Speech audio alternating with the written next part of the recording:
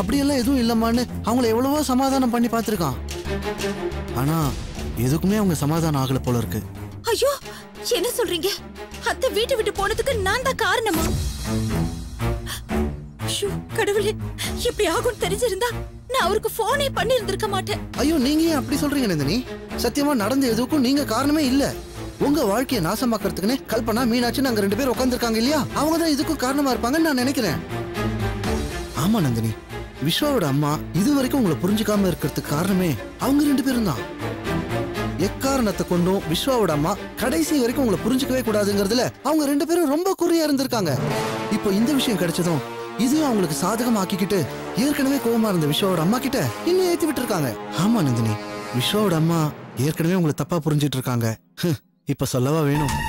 விஸ்வா எங்க உங்க பேச்சை கேட்டுக்கிட்டு அவங்கள ஒதுக்கி வச்சிடுவானோன்னு குழப்பமான பயத்திலையும் கோவத்திலையும் உணர்ச்சி வசப்பட்டு என் பேச்சை கேட்காத என் புள்ள கூட நான் இருக்க மாட்டேன்னு லெட்டர் எழுதி வச்சுட்டு யாருக்குமே தெரியாம வீட்டை விட்டு வெளில போயிட்டாங்க. அத்தை ரொம்ப நல்லவங்க. இவங்க 2 பேரும் சேர்ந்து என் அத்தையை குழப்பி கடைசியில வீட்டை விட்டு போக வச்சுட்டாங்களே. எங்க அத்தை எங்க போனாங்க, என்ன ஆனாங்க, எப்படி எல்லாம் கஷ்டப்படுறாங்கன்னு தெரியலையே. கடவுள் ஏன் தான் எங்களை இப்படி சோதிக்கிறாரோ?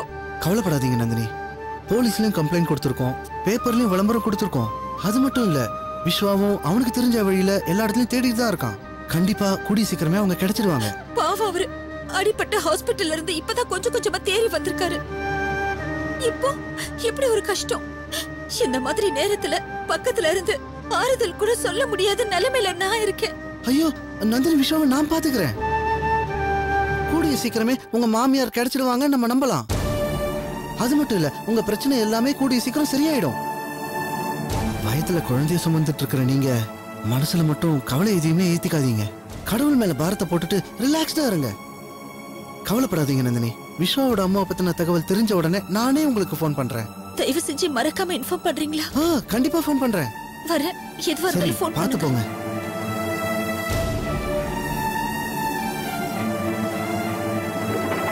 போலண்ணா.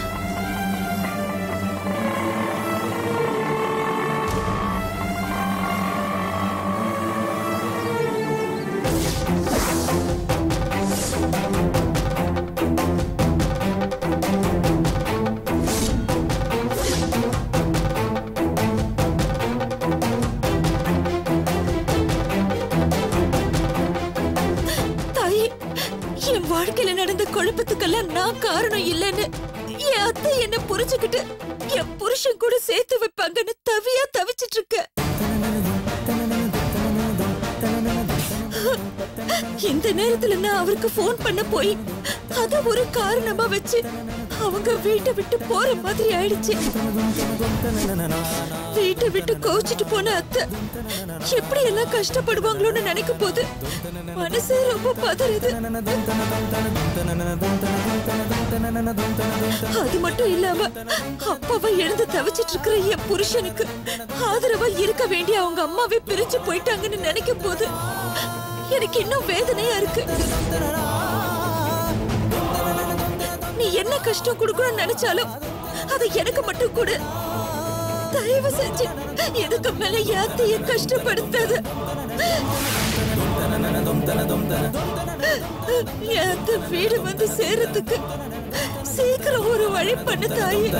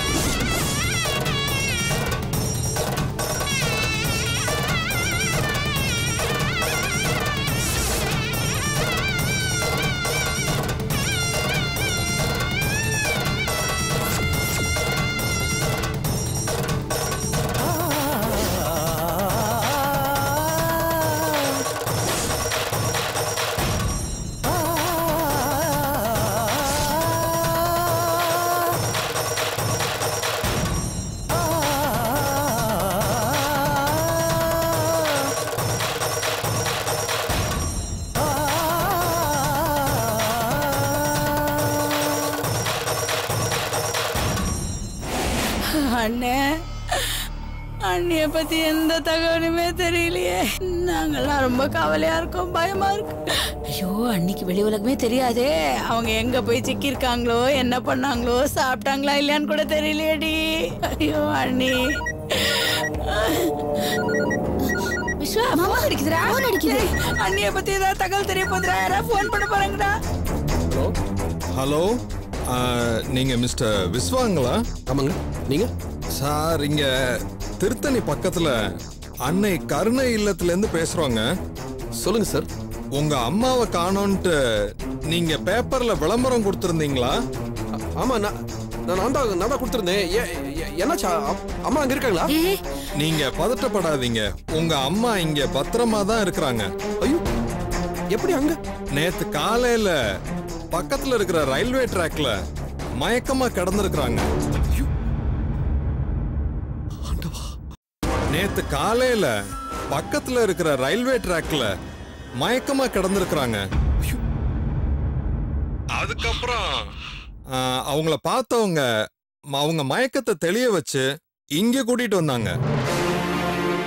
நான் அவங்க கிட்ட யாரு என்னன்னு விவரம் கேட்டதுக்கு நான் யாருமே இல்லாத அனாதைன்னு சொல்லிட்டாங்க. நான் அவங்க கிட்ட இந்த உலகத்துல அனாதைன்னு யாருமே இல்லைன்னு சொல்லி நீங்க இங்க எந்த கஷ்டமும் இல்லாம சந்தோஷமா இருக்கலாம்னு சொன்னேன். ஆனா இன்னைக்கு பேப்பர் பார்த்ததுல தான் தெரிஞ்சது அவங்களுக்கு எல்லா சொந்த பந்தமும் இருந்தும் ஏதோ ஒரு மனக்குழப்பத்துல தான் இங்க வந்திருக்கிறாங்கன்னு தெரிஞ்சது. அதனாலதான் அவங்க கிட்ட கூட தெரியப்படுத்தாம உங்களுக்கு போன் பண்ணேன். நீங்க கிளம்பி வந்தீங்கன்னா அவங்கள சமாதானப்படுத்தி கூட்டிட்டு போலாம். உடனே வரேன் சார், உடனே வரேன். எனக்கு கொஞ்சம் அட்ரஸ் போட்டு சொன்னீங்கன்னா உடனே வரேன் சார். சொல்றேன், நீங்க நோட் பண்ணிக்கங்க. சொல்லுங்க. நம்பர் 6. ஒரு நிமிஷம். நம்பர் 6. நம்பர் 6 அண்ணாமலை நகர், 3வது குறுக்கு தெரு, நல்லபுரம். நல்லபுரமா? ஆமா சார், திருத்தணி. இல்லத்தோட பேரு அன்னை கருணை இல்லம். அன்னை கருணை இல்லம். ஆமா ஆமா. ரொம்ப ரொம்ப தேங்க்ஸ், ரொம்ப தேங்க்ஸ் சார். நீங்க கொஞ்சம் பத்திரமா பாத்துக்கங்க. நான் உடனே வரேன் சார். வாங்க வாங்க. நான் வரேன் சார். தேங்க்யூ.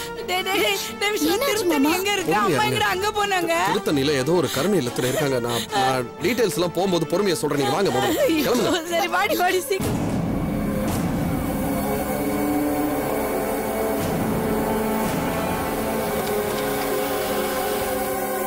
மாமா பாத்து மாமா. விஸ்வா விஸ்வா, அந்த ஆசிரமம் இதானா?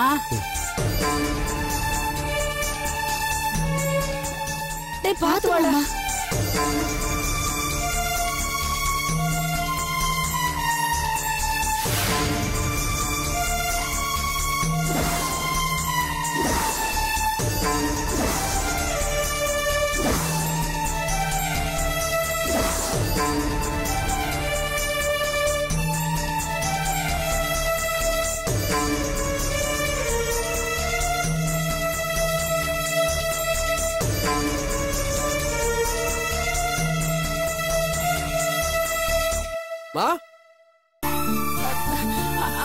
அண்ணி அண்ணி. யாருங்க?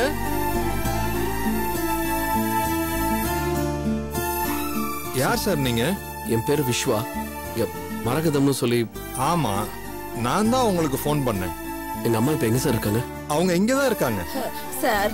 எங்க அண்ணிய காணாம நாங்க வீட்டுல யாருமே தூங்கல, சாப்பிடல சார். அவங்கள 2 நாளா பார்க்காம நாங்க தவிச்சு போயிட்டோம். எப்படியாவது அவங்கள பாக்குறதுக்கு பர்மிஷன் கொடுங்க சார். அவங்களுக்காக துடிக்கிற உறவுகளை விட்டுட்டு அவங்களுக்கு எப்படித்தான் இங்க இருக்க மனசு வந்ததோ.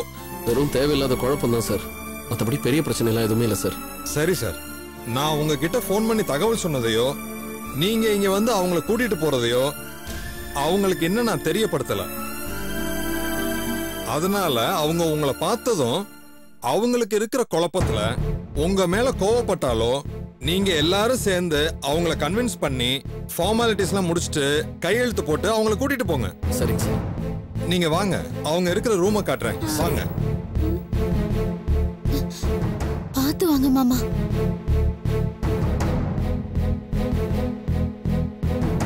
இதோ இருக்காங்க பாருங்க.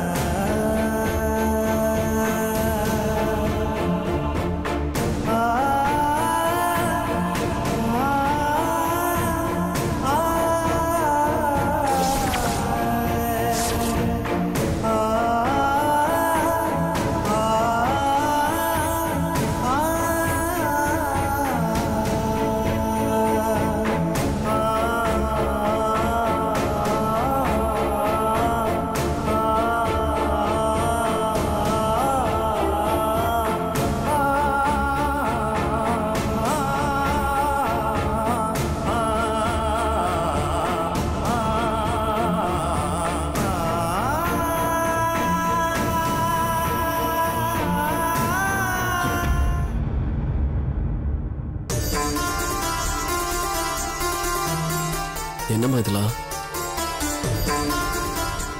அத்தை, உங்களுக்கு எதுக்கு அத்தை இந்த மாதிரி நிலைமை? என்ன நீ இது? நீங்க எவ்வளவு பெரிய கோடீஸ்வரி. நீங்க ஒரு வார்த்தை சொன்னா ஓடி வந்து வேலை செய்யறதுக்கு எத்தனை பேர் இருக்கும். நீங்க போய் இங்க தாங்க முடியல. நீங்கெல்லாம் யாரு?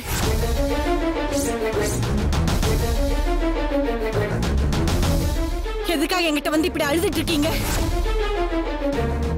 உங்களுக்கு எனக்கு என்ன சம்பந்தம்?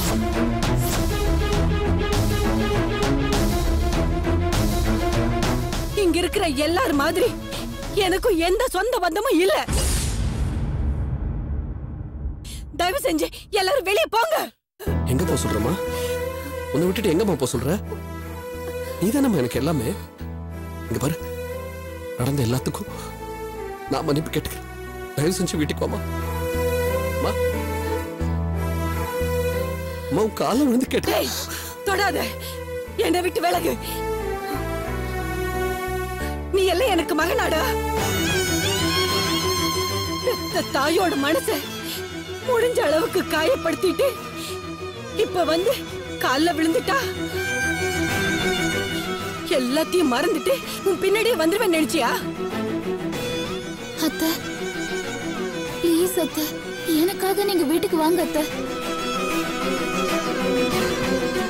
அண்ணி, அண்ணனுக்கு அப்புறம் எங்களுக்கு எல்லாமே நீங்க தான் அண்ணி. எங்களுக்கு உங்களை விட்டா யாரு இருக்காங்க?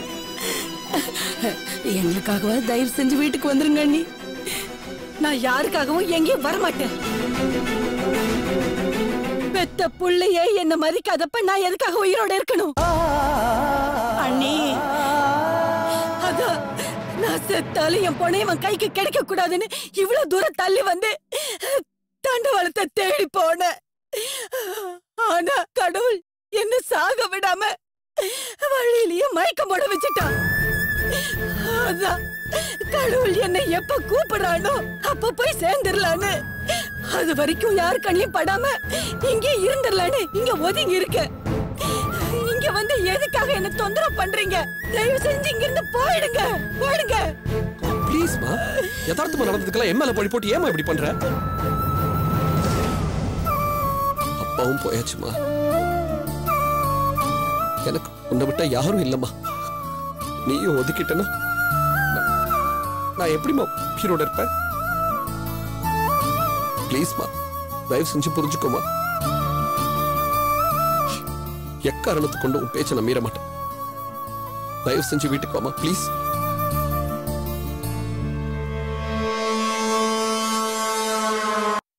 அண்ணி, அதான் உங்க பிள்ளைய சொல்லிட்டான்ல, கண்டிப்பா உங்க பேச்சை இனிமே இவன் மீறவே மாட்டான்.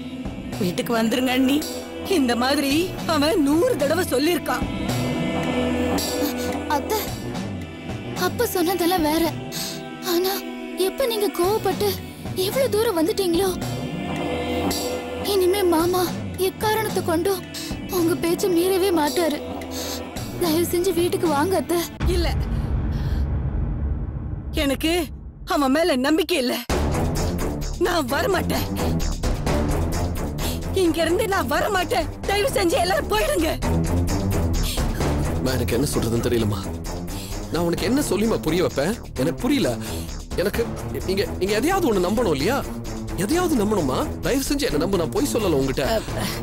கொஞ்சம் சொல்லுங்க அத்தை. இது பாரு, ஒரு நிமிஷம் என் கூட வா. இல்ல அத்தை, நான் சொல்ற பேச்ச கேளு. என் கூட ஒரு நிமிஷம் வா. இல்ல நான் வா விஸ்வா, நான் ஒரு விஷயம் சொல்றேன். வா, வா நீ. ஒரு நிமிஷம் வா ப்ளீஸ் அத்தை. இதுக்கு மேல என்ன சொல்றதுன்னு தெரியல அத்தை. விஸ்வா, நான் சொல்றத கேளு. என்னால உன்னை புரிஞ்சுக்க முடியுது. ஆனா இப்ப அம்மா இருக்கிற மனநிலையில உன்னை பார்த்ததும் அவங்க எப்படி கோவப்பட்டாங்க பாத்தியா? சத்தியம் பண்றேனே. நான் சொல்ற பேச்ச கேளு. நான் போய் அம்மா கிட்ட பக்குவமா பேசி அவங்களுக்கு புரிய வைக்கிறேன். இன்னைக்கு கண்டிப்பா அம்மாவை நம்ம கையோட கூட்டிட்டு போறேன். இப்போ இரு, அத்தை மேல நம்பிக்கை இருக்குல்ல? இரு, நான் போய் அம்மாட்ட பேசிட்டு வந்துடுறேன். வரேன் இரு.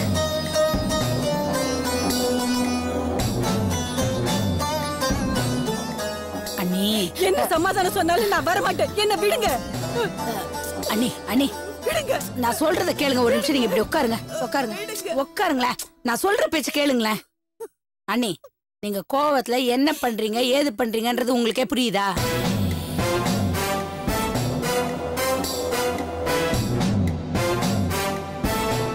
அண்ணி அண்ணி ஒரு விஷயத்த நல்லா புரிஞ்சுக்கோங்க அண்ணி. அண்ணி, உங்க வீட்டுக்காரோட ஆசை என்ன அண்ணி? உங்க பிள்ளைக்கு துரோகம் பண்ணின அந்த கேடுகட்ட நந்தினிய மொத்தமா வெட்டி விட்டுட்டு நம்ம கல்பனாவை கட்டி வச்சு அவன் வாழ்க்கைய சரிப்படுத்தணுங்கிறது தானே. ஆனா நீங்க என்னடான்னா எதுக்கு எடுத்தாலும் பொசுக்குன்னு கோவப்பட்டுக்கிட்டு தற்கொலை பண்ணிக்கிற, இந்த மாதிரி எங்கேயாவது கண் காணாம போய் உட்காந்துக்கிறேன்னு வந்து உட்காந்துக்கிட்டீங்கன்னா அவரோட ஆசை எப்படி அண்ணி நிறைவேறும் சொல்லுங்க அண்ணி? எங்க அண்ணனோட ஆத்மா தான் எப்படி சாந்தி அடையும்? என்ன நீ பாக்குறீங்க? அந்த நந்தினி விஸ்வாவை சந்திக்கலன்னு நினைச்சுக்கிட்டு இருக்கீங்களா? எல்லாம் மறைமுகமா அவங்க சந்திச்சுக்கிட்டு தான் இருக்காங்க. இது பாருங்க, இப்ப நீங்களும் வீட்டுக்குள்ள இல்லங்கிறது தெரிஞ்சிடுச்சுன்னா அவ நேர பொட்டி படிக்கையோட வீட்டுக்குள்ள வந்து உட்கார்ந்துடுவா. அவங்க வந்து நீலி கண்ணீர் வடிச்சானா விஸ்வா கண்டிப்பா அவளை வெளில போக சொல்ல மாட்டான். நாங்க சொல்ல முடியுமா? இல்ல நாங்க சொன்னாதாங்க நடக்குமா? அவ்வளவுதான். அதுக்கப்புறமா விஸ்வா இங்க வந்து வீட்டுக்கு வாங்கம்மான்னு கெஞ்சுவான்னு நினைக்கிறீங்க? அந்த கைகாரி ஏதாவது மாய மந்திரம் பண்ணி விஸ்வா மனசுல இருந்து சுத்தமா உங்களையே இல்லாம பண்ணிடுவா. அதுக்கப்புறம் அவ நம்ம புள்ளையும் நிம்மதியா இருக்க விடுவாளா? அத சொல்லி இத சொல்லி மொத்த சொத்தையும் சுருட்டிக்கிட்டு அவ ஆத்தாக்காரி வீட்டுல போய் செட்டில் ஆயிடுவா. அண்ணி இத பாருங்க அண்ணி, அதுக்கப்புறம் நீங்களும் உங்க புள்ளையும் ஆளுக்கு ஒரு பக்கம் அனாதையா நிக்கணும்.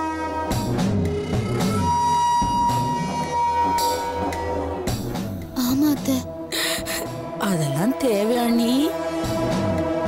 நீங்க இந்த மாதிரி கோச்சுக்கிட்டு வீட்டுக்கே வரமாட்டேன்னு இங்கே இருந்தீங்கன்னா அம்மா சொல்ற மாதிரி நிச்சயமா நடக்கும்.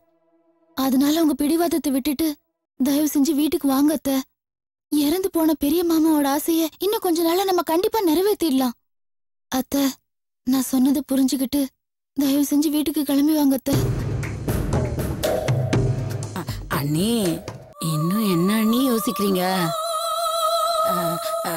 விஸ்வாவை கூப்பிட்டு திரும்பவும் உங்க பேச்ச மீற மாட்டேன்னு சொல்லட்டுமா? அதெல்லாம் ஒண்ணு வேண்டாம். இருங்க வரேன். வேண்டாம், இருங்க அண்ணி, இத வரேன்.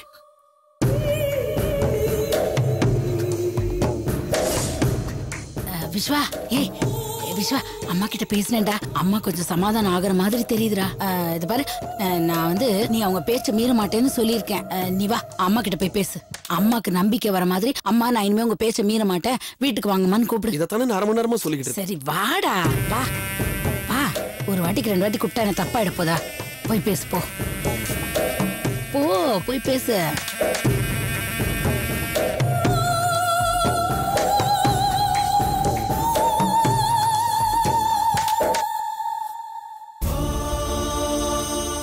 பேசு, வாங்கம்மா வீட்டுக்குன்னு கூப்பிடு.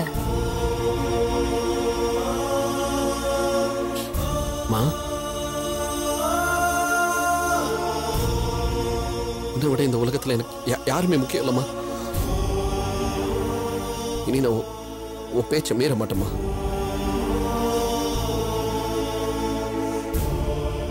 தயவு செஞ்சு வார்த்தையில நம்பிக்கை வச்சு வீட்டுக்கு வாமா, ப்ளீஸ்.